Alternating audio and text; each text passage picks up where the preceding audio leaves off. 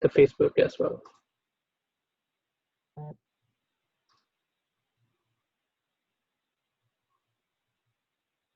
I'm going to also turn on the live on Facebook, so give me just 1 minute.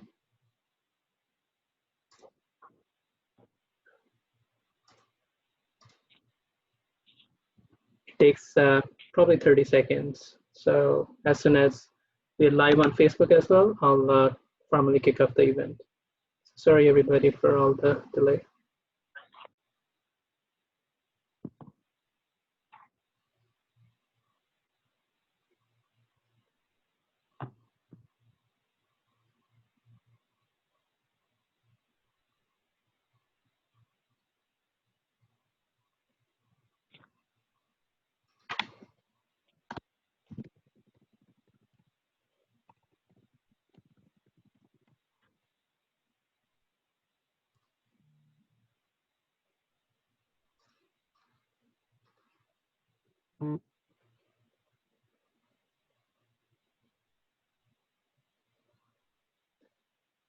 So I'm almost done.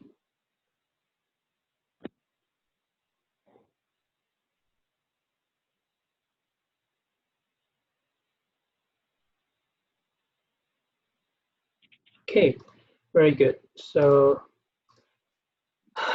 good morning, good afternoon, and good evening. Thank you everyone for joining this webinar today. We apologize for a little bit of technical difficulties. We are very fortunate to have Dr. Dawar Sajjad here with us to talk about the impact of renewable energy on individuals and societies. And he will tell us what is the hype about renewable energy, how it is going to impact the lives of common people, how can we lower our energy impact on nature. This talk is a result of a collaboration between STEM Matters and Young Professional Society. STEM Matters is an organization here in Dallas, Texas. Our vision is to enable students to innovate, invent, and deliver quality solutions to contemporary challenges. And our mission is to inspire students and young generation to excel in the areas of science, technology, engineering, and environment matters by nurturing their critical and analytical thinking skills. Our objectives are to nurture highly functioning team to work together and create significantly sound, innovative solutions to the world's complex problems, create a community of young innovators trained in problem-solving skills, develop high-skill, high-level scientific programs to provide an international forum for scientific contact to learn, collaborate, and compete for meritorious outcomes, and empower students with the skill sets, for example, research, programming, leadership, and others, to make them competitive in the higher education, and marketplace. And lastly, our mission is to involve underprivileged youth as well in science, technology, engineering, and environment matters. And Young Professional Society, our sister organization, has been set up to help support and change the lives of youth by providing personal and professional development opportunities. It aims to bring to the forefront a more progressive, accomplished, and enlightened younger generation of people who will be the representatives and leaders of their communities and who will contribute positively towards a wider society. So we are very thankful to Dr. Sajjad for finding time out of his precious schedule, his busy schedule. Dr. Sajjad earned his PhD in material science from the University of Texas at Arlington. He's a scientist at Dioxide Materials, where he leads the development and commercialization of green technologies. We have a lot to learn from Dr. Sajjad today. So Dr. Sajjad, over to you, and thank you again for joining us today. You're most welcome, and sorry about the delay. As you said, some technical difficulties, but thank you for the warm welcome and the introduction. Of course, everything we do, we rely on really talented teams, and I've been fortunate to be part of more than a couple of really good professional teams. And I'm going to present some of the work that we've done at Dioxide Materials and tell you a little bit more about that.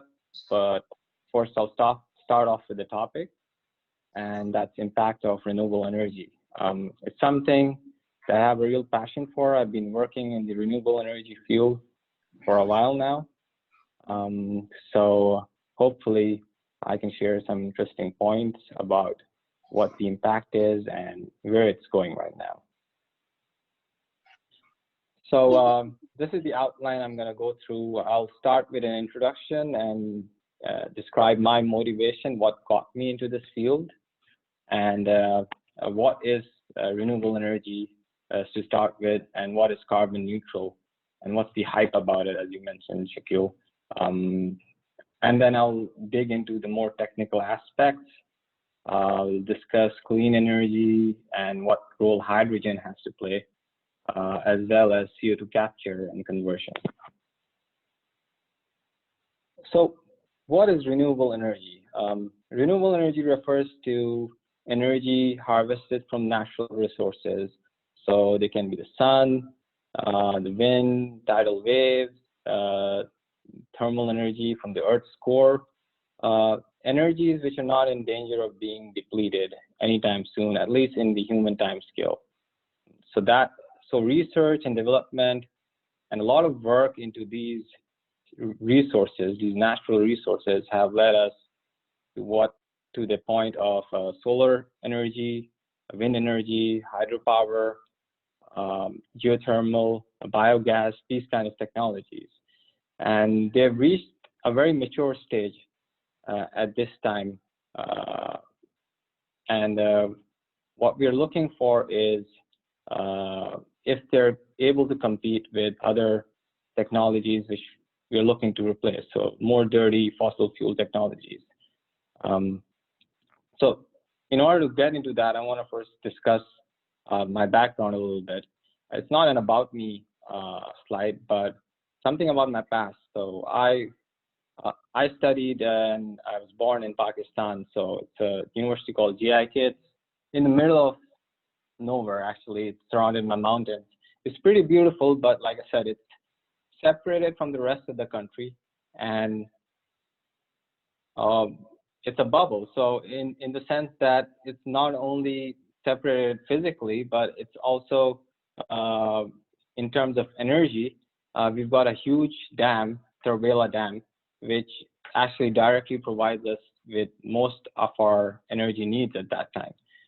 This is one of the biggest dams in the world, actually, and it's engineering marvel. So you got renewable energy powered through this dam. But in spite of that, you have large scale, what we call load shedding in the whole country. So at that time, we had like 4 hours of power outages. And now we have something in the range of 12 hours in certain regions. So it's begs the question, if you've got a dam like this in the country and you've got other huge hydroelectric projects, you've got nuclear power. Pakistan also has the biggest, one of the biggest natural gas reserves, and still half the country is immersed in the dark for a large proportion of the day. So something is going wrong, and that's what got me into this field. And people who've lived in this kind of environment and this background would also be thinking along the same lines, that energy, whatever kind of energy, we need a lot more of it, and preferably the cleaner kind. Otherwise, you'll see 2020 happen. So 2020 is probably a very abysmal year in human history for a variety of reasons. And pandemic, of course, is on top of that. But if there's anything the pandemic has taught us, is that health and safety are extremely important, and how we carry ourselves, how we deal day to day with each other, how we our habits, and how are we going to live our lives for a very long time. It's all going to change. It's already changing, and it's going to be very different in the next few years. So our children, our next generation, are going to be experiencing a totally different world. And it's taught us that you need to take care of the world around you. And I wish I could say the pandemic was the only bad thing, and I'm sorry to paint a really grim picture over here, but as you can see over here, you've got pictures maybe from an apocalypse type movie over here. You have wildfires in Colorado. So last I heard, there were 2 wildfires actually converging and combining from 2 different regions in Colorado, and it's very difficult to control. Then at the bottom 2 pictures, you've got the situation in California. You've got wildfires which are raging and held on with Diablo winds, as they call them. So it's really dry, hot winds. And you've got power outages as well. California is like the 5th largest economy. If it was a country, it would be the 5th largest economy in the world. So this is no small deal. And you've got rolling out power outages over there. It's related to of course, the wildfires to an extent, but actually it's also related to us not having enough energy. And I'll talk about that in a bit.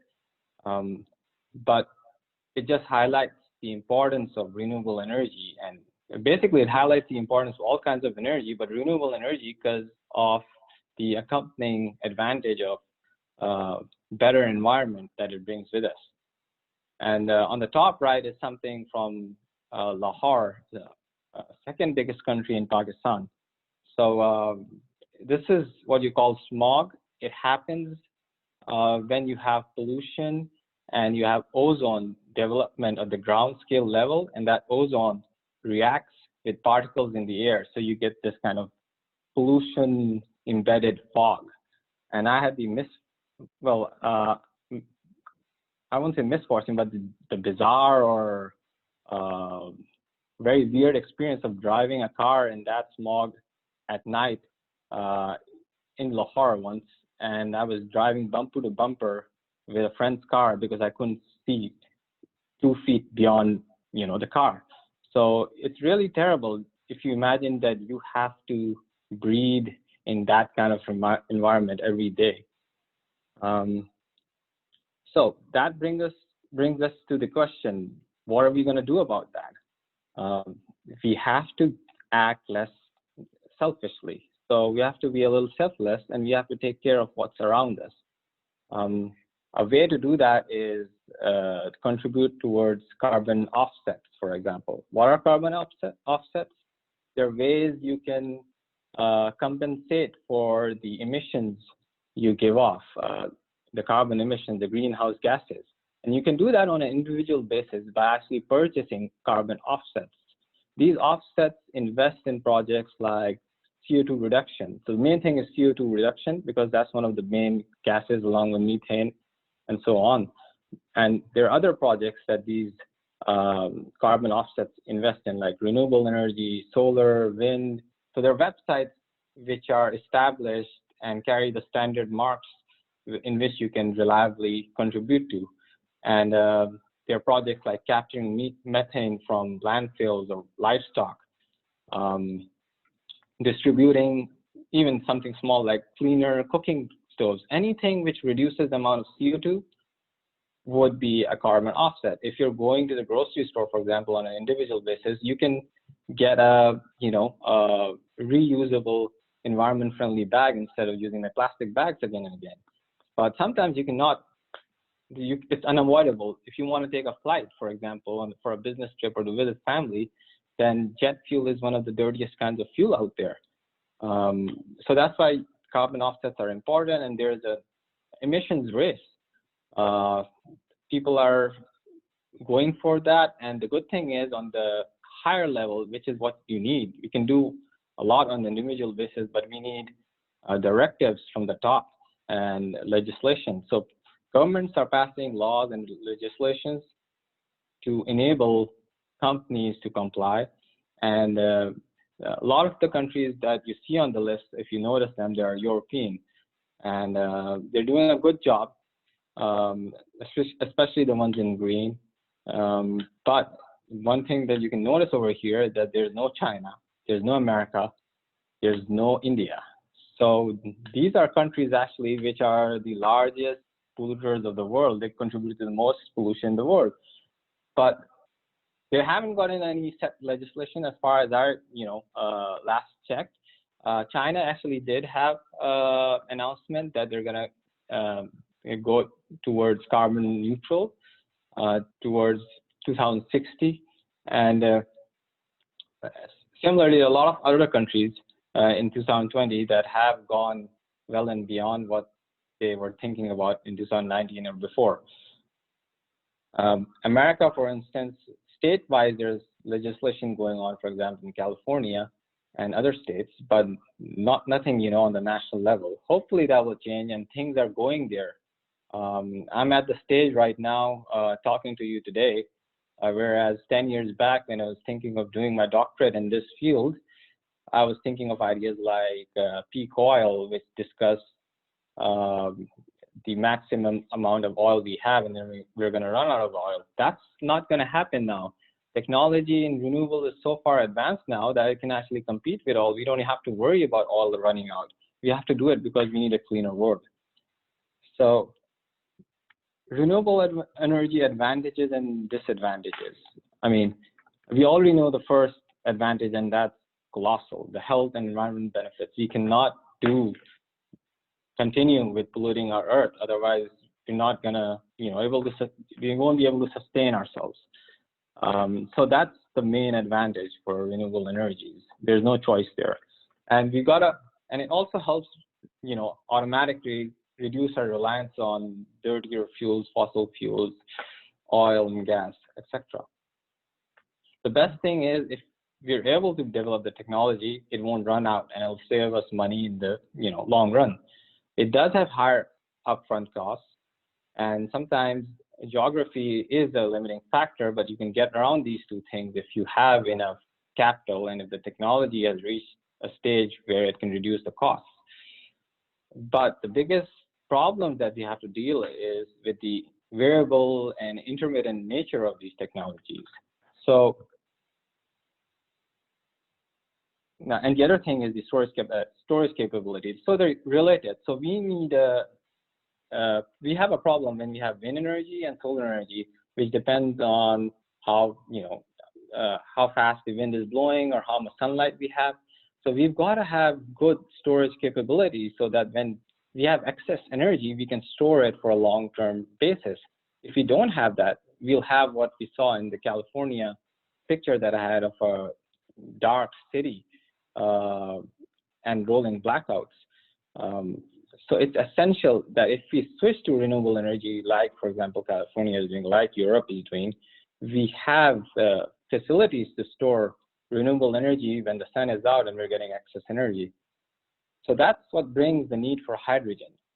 Currently, there are different ways of storing renewable energy or any kind of energy. For large, you already know that batteries are, the bread and butter of the automotive industry, lithium-ion batteries, and so on. But for large-scale storage, we still need some other alternate routes. So there are other lithium-ion batteries are still being used for large-scale storage, and you have certain metal flow batteries as well.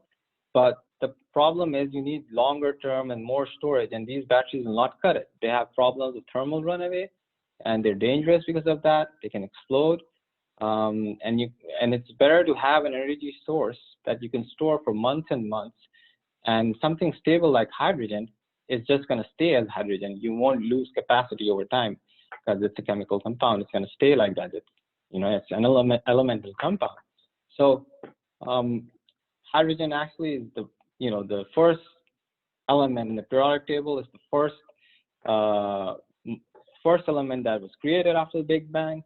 So it's actually the driving force of energy for the sun and stars. So it's very powerful. And if you can harness that, then you solve most of the problems. So how do you do that? On the left, there's a grid system. The key to this whole thing is an electrolyzer. An electrolyzer converts water to hydrogen. And once you have an efficient electrolyzer, you can convert any kind of energy from renewables, solar or wind, into a hydrogen. And you can store it in tanks. You can transfer that directly to hydrogen fueling stations, to a car, which is based on a fuel cell, or you can store it in long-term storage facility as hydrogen and then convert it by huge fuel cells and provide electricity to homes. So this is something I've been working on, and we've been working on at Dioxide Materials. It's an alkaline AEM water electrolysis. So AEM means anion exchange membrane. So it's a special kind of membrane which allows anions to pass through as opposed to protons.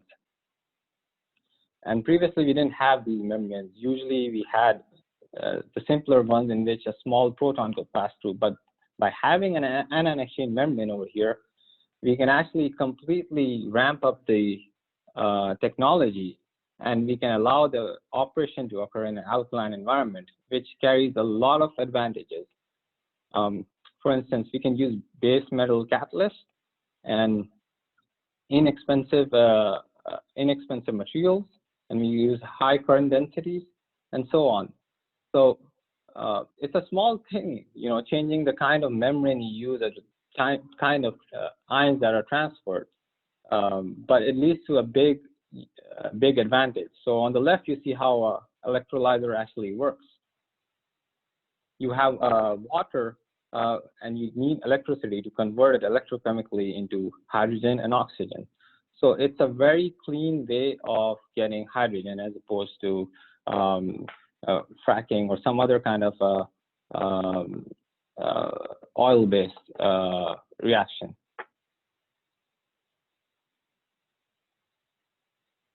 So here's an example of what we're doing over here. So you see the graph on the top left, it's showing two different membranes. And if you just change the membrane, the dotted blue line one is the membrane sustaining which we produce. We can get long-term performance up to 2,000 hours, and we've got systems running. This is from published data. So we've got other systems running which have gone past 5,000 hours and so on, with minimum voltage increase, which means that we're running it at very high current densities, 1 amp per square centimeter, and we're not getting any degradation. We're continuously producing hydrogen, and we're doing it in a very cheap fashion. So all we're using is stainless steel, which we've got tons of. We're using a nickel iron cobalt cathode and a nickel iron oxide anode. So even the catalysts are very inexpensive because we can run this membrane and this electrolyzer in an alkaline environment. So we do away with platinum and iridium oxide. And that's a big plus because that's one of the reasons the fuel cell industry has been lagging behind batteries, for instance, because they cannot, do away with platinum and iridium oxide. But hopefully with time, not just in the electrolyzer industry, but also in the fuel cell industry, we can move to non-precious metal catalysts. And that will make this technology more dominant. So currently we're, that was the previous slide. I showed a really small lab scale electrolyzer. And now currently we're trying to scale it up. So the idea is the top left shows a 600 square centimeter cell as opposed to a 5 centimeter square active cell. So we're currently trying to develop, market, and then produce stacks of these. And the vision is to have hydrogen fueling stations, just like you have gas fueling stations. It's already happening. So you have a Shell hydrogen supply station over here. You have them in California, you have them in Norway and other European countries. It's just a matter of time. For example, at the bottom, you've got Nel, which recently acquired Proton OnSite, the two big companies combining to produce electrolyzers. And people are trying to do that, and hopefully our method and our technology is going to make this even more widely spread and a lot cheaper.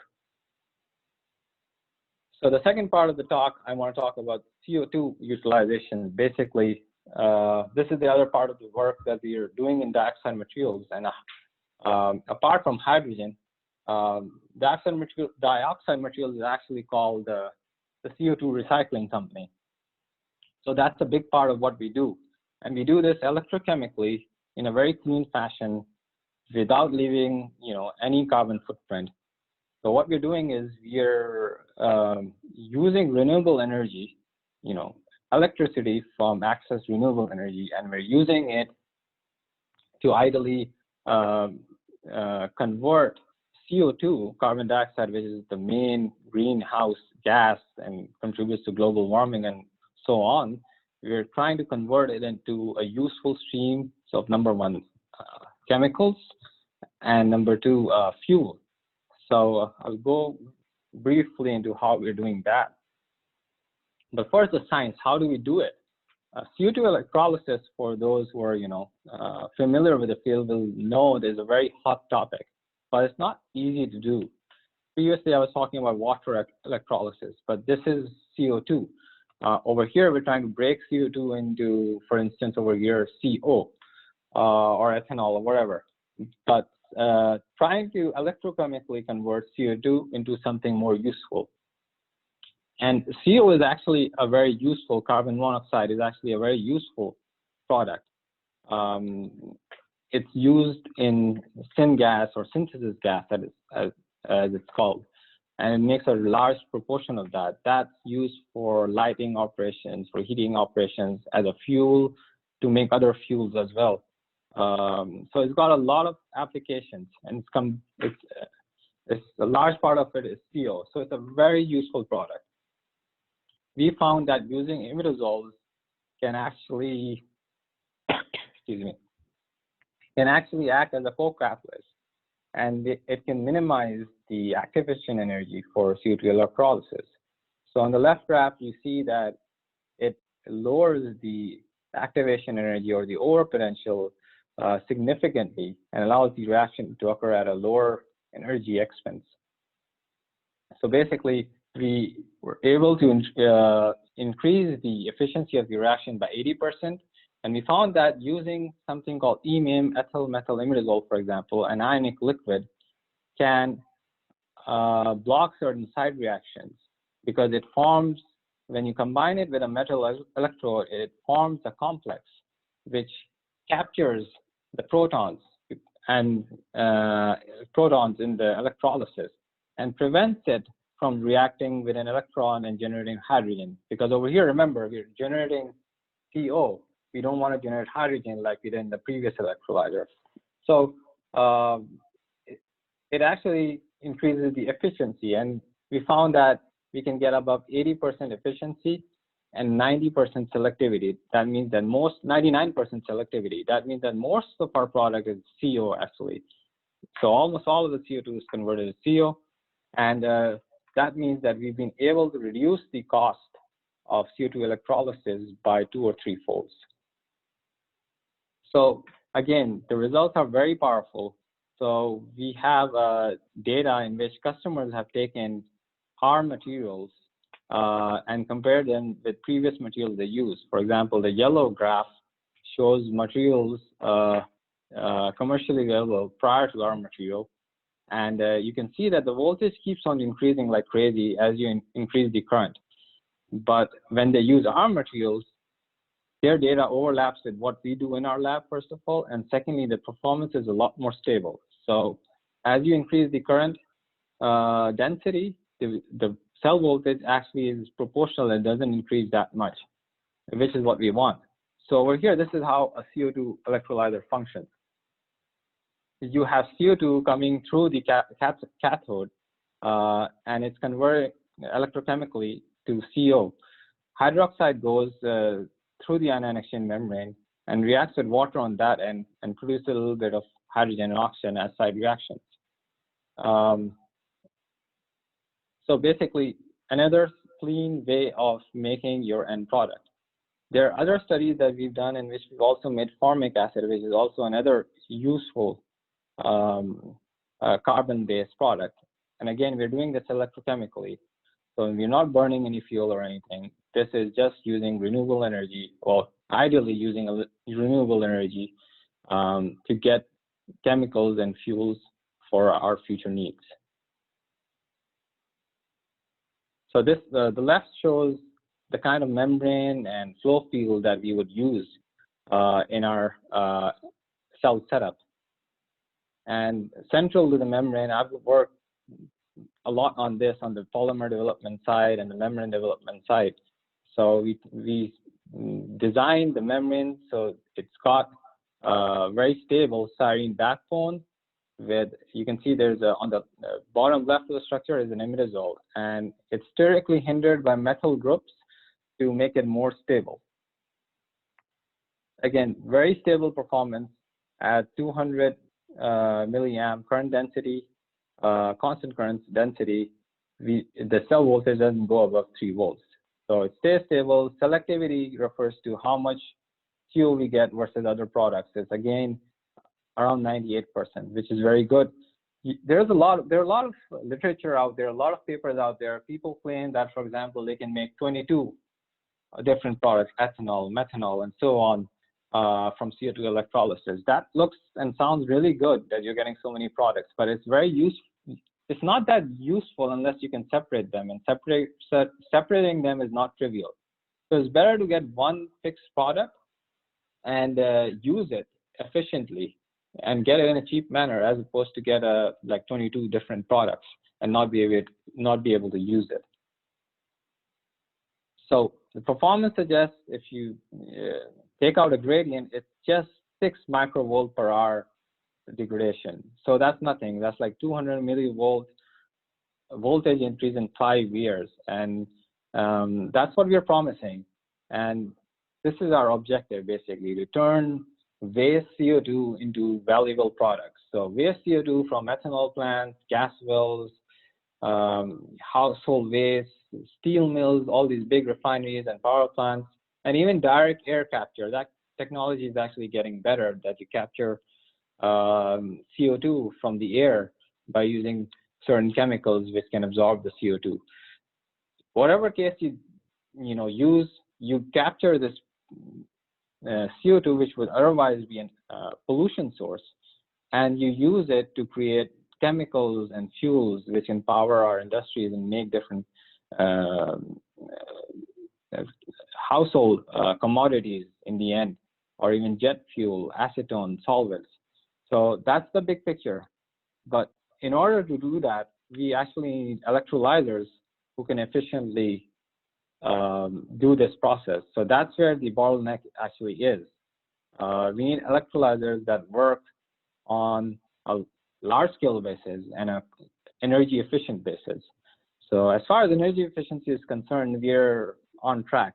It's just a matter of when we'll reach the large-scale basis. So this shows our timeline, what we've been doing. I think I joined dioxide around 2015 or something. 2015. So we've had cooperations from different collaborations from different multinationals, including 3M. They've been a large part of especially our current and early progress. And we actually started selling standalone membranes in roll forms, roll to roll, as well as single pieces. So there's a lot of interest in terms of academia, so a lot of professors, as well as a lot of corporations being interested in getting these new kind of membranes and using them for CO2 utilization, as well as other electrochemical energy and conversion areas.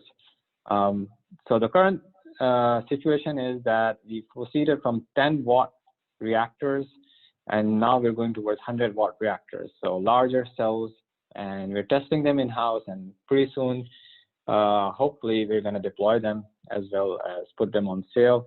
And we're seeking other collaborations, and a lot of interesting things are going on. So you can see that the size is increasing along with the safety requirements as well, because we're making hydrogen in the case of hydrogen electrolyzer, and we're making CO in the case of CO2 electrolyzer, which is even more dangerous. Can be a silent killer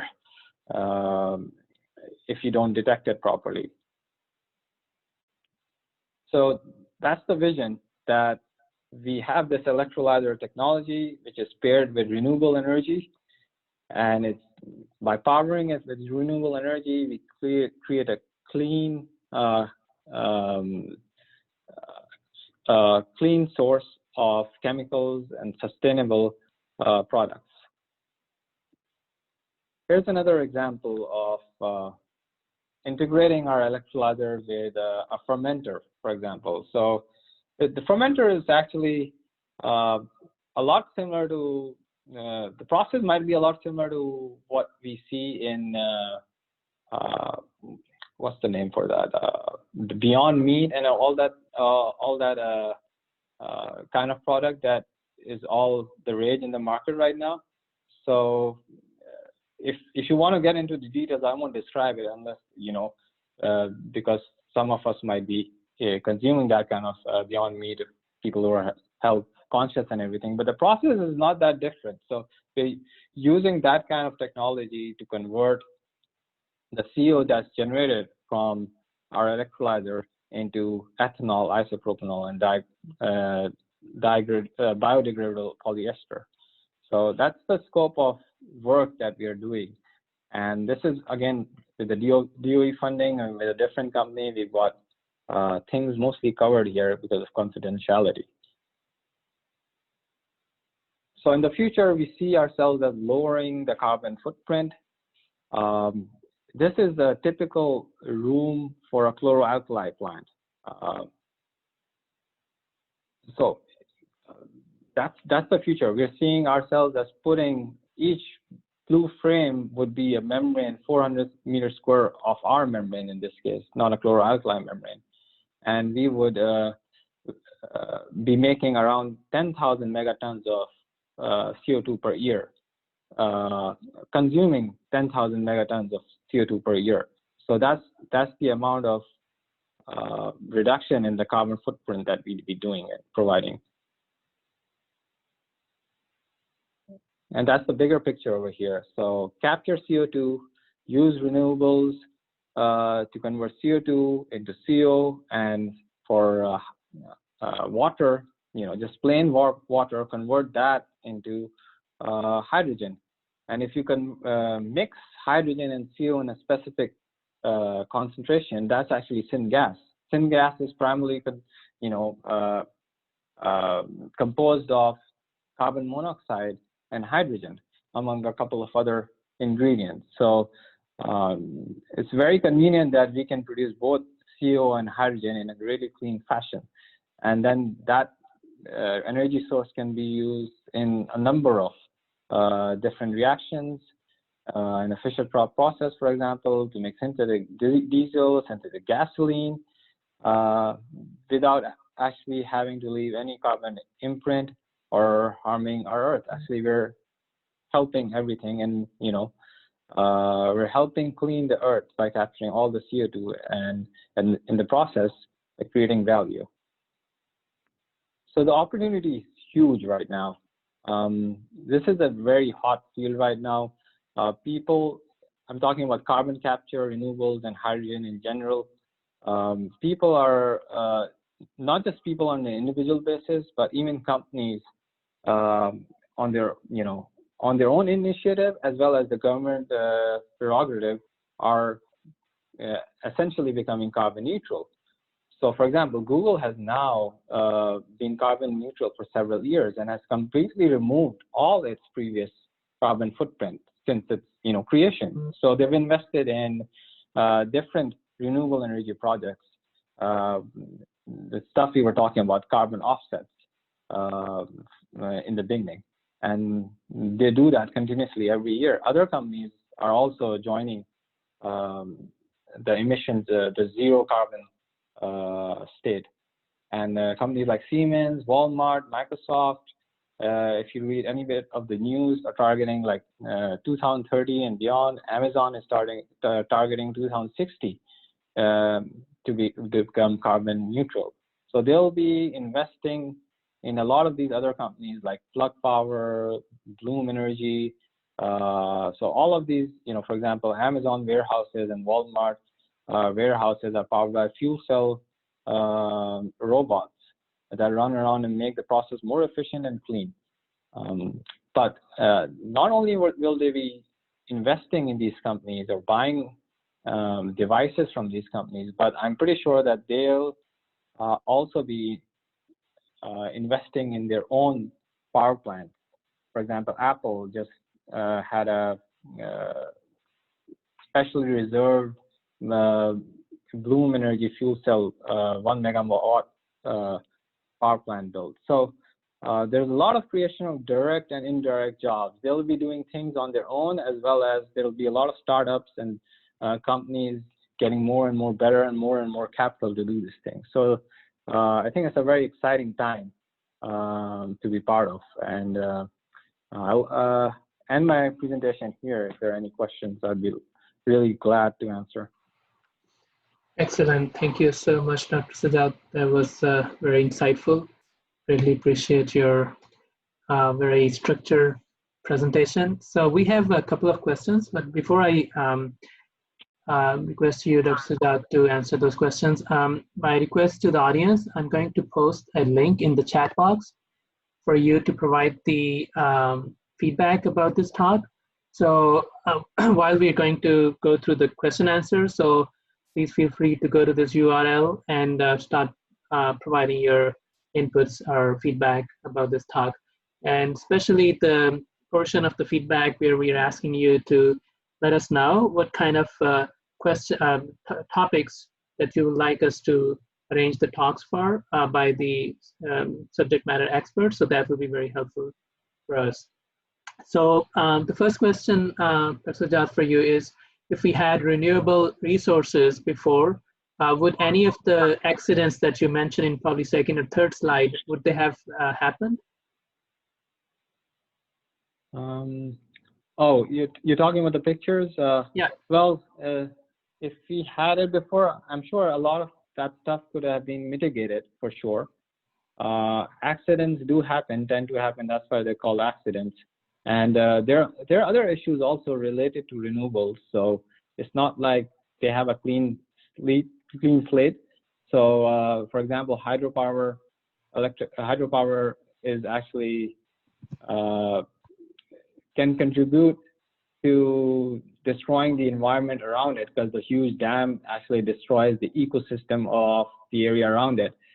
Solar energy can use certain chemicals that can be a little toxic. So wind energy, for example, can be noisy. It's not a big deal, but all of them have some kind of caveats with them. But they're a lot, I would say, pretty minute compared to what we've been doing and the havoc we've been, causing in general, especially in industrialized societies where there are a lot of heavy industries and not a lot of checks. So for sure, renewable energy would have helped us, would have helped also maybe a lot of helped maybe poverty and a lot of energy dependence situation in the world that we have. Would have made a lot of countries more independent when it comes to generating their own energy or developing their own sources. So yeah, hopefully we'll go toward that direction in the near future. Great. Another question is, how can renewables be made cheaper? I think that's $1 million question. And the question is, the cost factor is preventing many from switching to the renewable energy. So what's your thoughts on that? Yeah, well, we're trying to work day in and day out to make the renewable energy process cheaper, and it's getting cheaper. So, if you can just look at the environment around you. And previously, an electric car would be unimaginable and would be really expensive. Now, every day they're trying to bring the price down and down, or add more facilities, more luxuries to the same cost model. So things are getting better, and they will get better. It just takes time. Unfortunately, this industry has not been as rapid in terms of reaping rewards as maybe IT or computer science, that I admit, but it's getting up there now. Great. I got another question. What impact does climate have on renewable energy? Well, in a way, it's a driving force, right? So if the climate was not affected, we probably wouldn't be seeing this kind of initiative from different countries of the world coming together and trying to build a more sustainable future. I think that has a big role to play. Climate, in another sense, does have an impact because some of the renewable energy sources are related to the climate. So I think from a technical point of view, you gotta consider that when you're building the renewable energy sources, like solar and wind and those kind of things. Okay. Dr. Sajjad, we got a couple of more questions for you in the chat box. Is there opposition to renewable energy from the petrochemical companies? I guess the answer would be yes, I guess. Yeah, the answer is yes, but you know, it's not as bad as it used to be either. A lot of these companies actually have realized that if they don't diversify, that's going to end them. So you have even the biggest, I think, Saudi Aramco is the biggest oil company and one of the biggest, one of the biggest companies in the world. But even they have a renewable energy, not just one department, a huge, huge collection of departments that work on these electrolyzer and renewable energy and alternate energy resources. They realize that if they don't do that, they'll fall behind.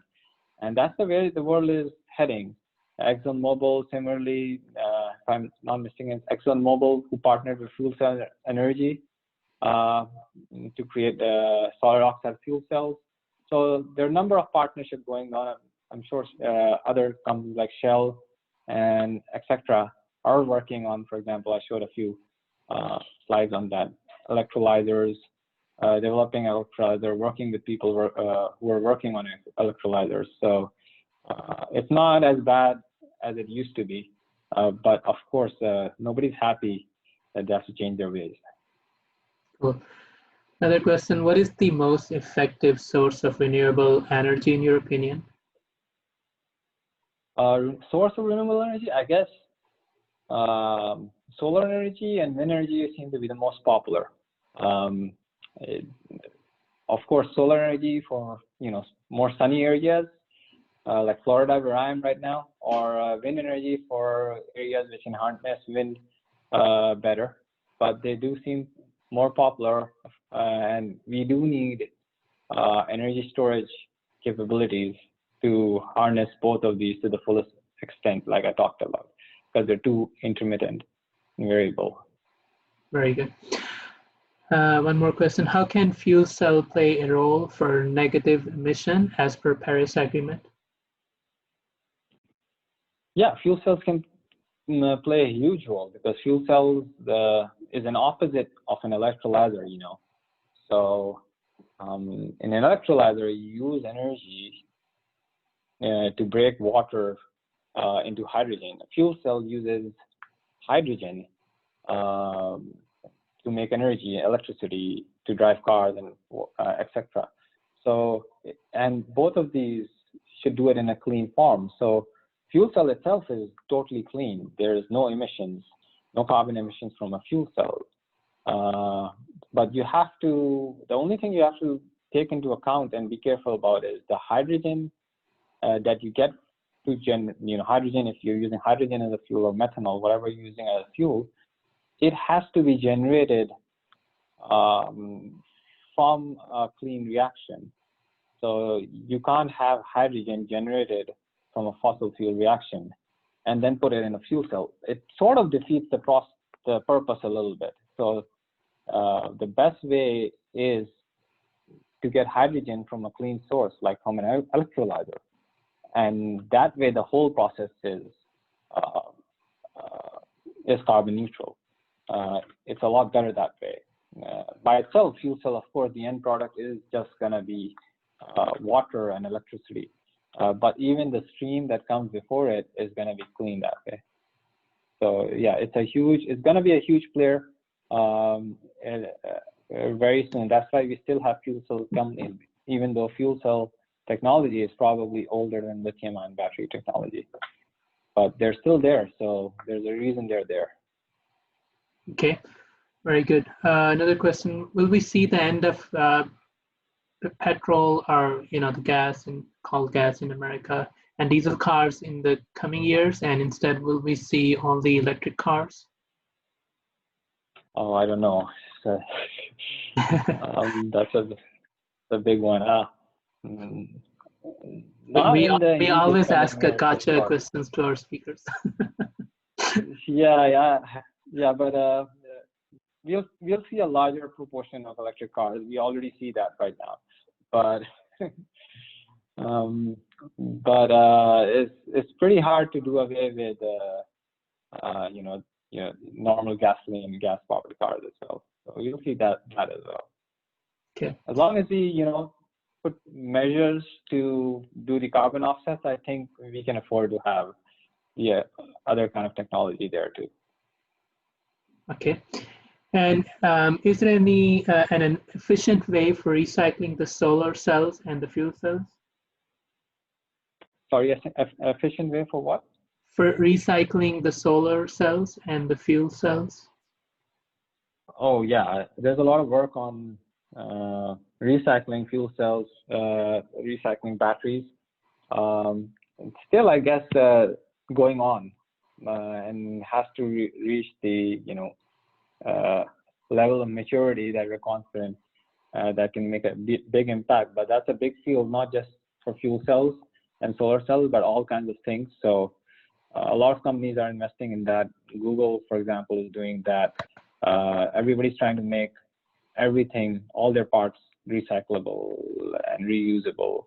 The same goes for the fuel cell industry. Okay. Who is leading the efforts in renewable energy development in the world? Global leaders? Global leaders, I guess it would be countries as well as European countries, as well as, I would say, corporations who are doing it, I think. And so you need legislation, I guess, from the top of the country and our leaders. But at the ground level, the scientists and everybody, they're the ones with the drive. They're the one who work day in, day out with a passion because they believe in what they're doing. So a lot of these companies, for example, Tesla and so on, and even other countries which have nothing to do with creating energy, companies mentioned in this last slide, are another number of other companies are investing and driving this research. Very good. And do you think it's more USA versus Europe versus China? In that context, do you see any particular country? Yeah, I think America is obviously, just for the scope of research that goes on here, is always going to be a player. But Europe, I think, has a good lead in terms of how serious they are as a matter of policy over there. They have a bigger consensus, like in the earlier slide I showed you. So they're definitely very motivated. So I would say they're the leaders. China is a little, it helps everybody if China and America are on board on the same level as Europe, I would say, because they're the major polluters of the world in a sense, right? Because they have the most industrial activities and they do contribute to the most carbon dioxide emissions. So the more engaged China and America are in our zero emission projects, the more standardized carbon offsets, for example, can be. Right now, there's no standardized cost for a carbon offset because it keeps on changing.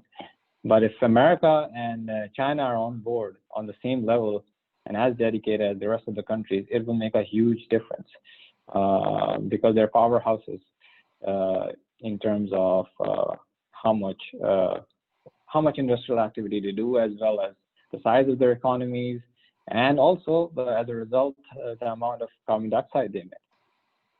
Very good. Last two questions. So what do you predict will happen when fossil fuels run out?